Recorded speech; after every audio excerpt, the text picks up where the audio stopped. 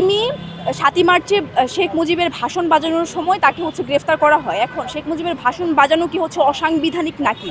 এখন পর্যন্ত তো বাংলাদেশের সংবিধান এক্সিস্ট করে, এখন এটা তো অসাংবিধানিক না, কিন্তু আপনি ওখানে ভাষণ বাজানোর জন্য তাকে আপনি ধরে নিচ্ছেন যে সে আওয়ামী লীগ করে বা ছাত্রলীগ করে, কিন্তু সেটা তো সুস্পষ্ট প্রমাণ নাই।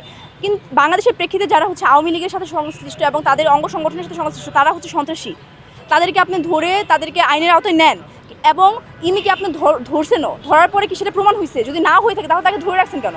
আমাদের সমস্যাটা এই জায়গায় যে আপনি একটা সন্ত্রাস বিরোধী আইনের মধ্যে দিয়ে মানুষকে ধরে নিয়ে তারপরে আপনি দিনের পর দিন তাকে খালি জাস্ট মানে বিচারহীনতার মধ্যে রেখে দিচ্ছেন, বিচারহীনতা প্রক্রিয়াটাকে অনেক স্লো করে দিচ্ছেন এবং সেই বিচারটা ঠিকমতো পাচ্ছে না।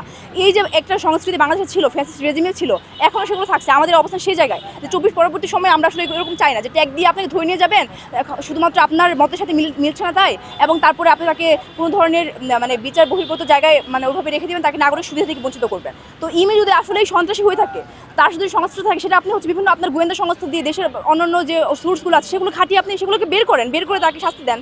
কিন্তু সে আপনি ওগুলো প্রমাণ করতে পারতেছেন না, তাহলে কতদিন তাকে আটকে রাখবেন? আপনার নাগরিক সুবিধা থেকে কতদিন বঞ্চিত রাখবেন? আমাদের সমস্যাটা সেই জায়গায়।